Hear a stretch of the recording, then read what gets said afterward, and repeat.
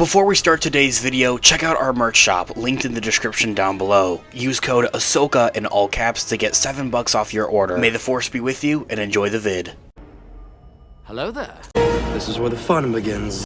What's up guys, an official Star Wars here. Hope you're all doing well, and in today's video we are going to be discussing the future of Obi Wan Kenobi. Not just having him appear in Obi Wan Kenobi Season 2 as a possible potential, as something that we feel like we're constantly discussing here on the channel, but what's outside of that, other options, a movie or appearing in other shows, is exactly what we're going to be discussing in today's video. Of course, we're going to go ahead, we're going to hop right on into it, break it all down for you guys, everything that we know, and everything that we'd be anticipating right now.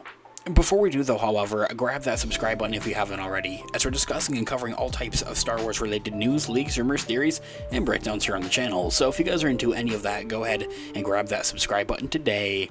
Okay, so in this video we are going to be taking a quick read from CBR.com, comic book resource, as an overall garnering source. I'll have their article linked in the description down below for you guys to check out there as well. Lucasfilm, if for anything, should honor this beloved Star Wars actor's wish and return as Obi Wan Kenobi.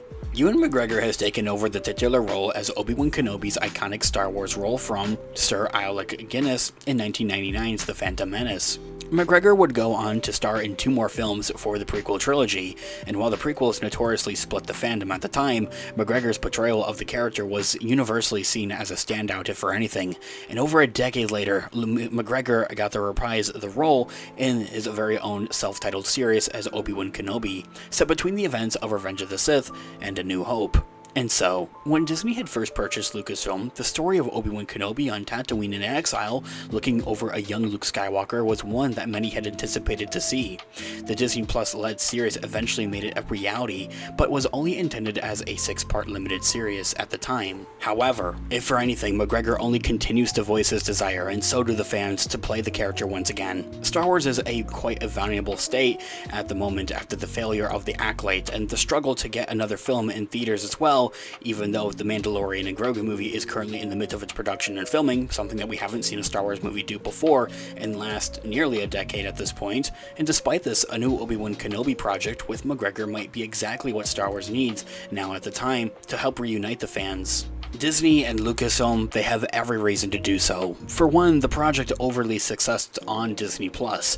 Disney Plus Star Wars shows have constantly carried a pricey budget to produce, and some have drawn many to the streaming service at the same time, while others have struggled. A major reason as to why The Acolyte failed to receive another season is because its viewership wasn't where it needed to be to justify the budget and the means for Lucasfilm to do so. Meanwhile, The Mandalorian has become the face of Disney Plus, but Obi Wan Kenobi was also one of the platform's biggest hits in terms of views.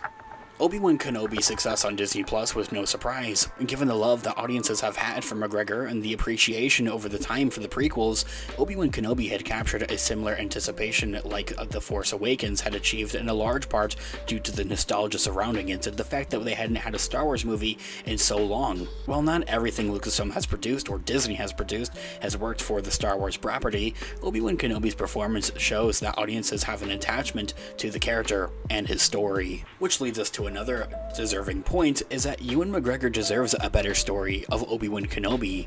Before Disney had took over Star Wars, the period between the events of Revenge of the Sith and A New Hope was largely unexplored and simply a gray area, due to George Lucas's plans to flesh it out in a live-action series when he still owned the rights to Lucasfilm. Once Disney had gained control of Lucasfilm, it was quick to tell stories during that time, with Star Wars Rebels launching the franchise's revival. Obi Wan Kenobi would only take place during the era, but added some twists and different turns to the story fans had not really expected. Obi Wan Kenobi had turned out to be far more of an ambitious show than what fans had imagined, with the inclusion of a young Princess Leia and more duels with Darth Vader as well.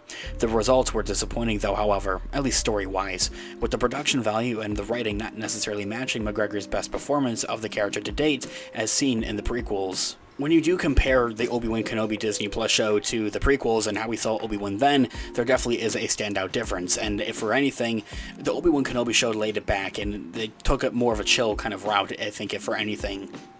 The good news is that the series went in a surprising direction by the end, which leaves for another story to detail Obi Wan Kenobi's journey, which fans have anticipated is more to the vein of the 2014 novel that takes place entirely on Tatooine, but is a part of the expanded universe. The Obi Wan Kenobi series also left the door open for a more spiritual approach into the follow-up Ford story, with him learning how to become a Force ghost through the training of his past Jedi Master, Qui-Gon Jinn, similar to with what Yoda went through during the events of the Clone Wars. While McGregor has been quite great in the role, the projects that he's appeared in haven't been as well as received, and he deserves another shot to go out on a high note. There definitely is a better story to be told, and not just that, but more story to be told, with the fact that the Obi Wan Kenobi project or show was originally going to be a film. Lucasfilm has gone through plenty of growing pains under Disney, and one has impacted the Obi Wan Kenobi project. Before the launch of Disney Plus, Lucasfilm was developing a series of standalone films, similar to Rogue One or Solo. Speaking of which, Rogue One was the first of the entry out of the gate, considered one of Lucasfilm's best in the Disney era. However, the concept of Star Wars anthology films fell apart after Solo became the first major film in the franchise to struggle at the box office, and Lucasfilm was quickly, if for anything too quick, to stray away from it. Hashtag make Solo 2. After Solo's failure, if you want to presume with that, Lucasfilm also developed films centered on Obi Wan Kenobi and Boba Fett. Well, of course, with the launch of Disney Plus, Lucasfilm had repurposed the projects into shows instead. And so, given the success of the series on Disney Plus, an Obi Wan Kenobi film would have likely succeeded if for anything at the box office. Still, Lucasfilm decided to pull away from this idea when Solo had failed and had turned into developing projects for the streamer. Now, Lucasfilm returns to a place of where the focus is on films again and theatrical releases. The Mandalorian and Grogu movie will take the characters that initially began on Disney Plus to the big screen for the first time. It's the first time that we've seen something specifically like that, but that doesn't mean that Lucasfilm can't do something similar for the Obi Wan Kenobi show. While the series borrows elements from past iterations, there are still concepts that are free to explore on film and with a movie. Bold ideas like the rumored Jar Jar Binks appearance per rumors and inclusions of Commander Cody were also a part of the story at one point, at least when it was being developed as a theatrical release. Plenty of other elements can still make a sequel to the Obi Wan Kenobi series on the big screen exciting for audiences despite the previous 6-part series. This all being said, guys, let me know all of your thoughts and opinions in the comments down below. I would love to hear what you guys are all thinking. Thanks so much for watching today's video. Of course, this has been Unofficial Star Wars. I'll catch you guys in the next one. Have a great one. May the Force be with you as always. Peace out.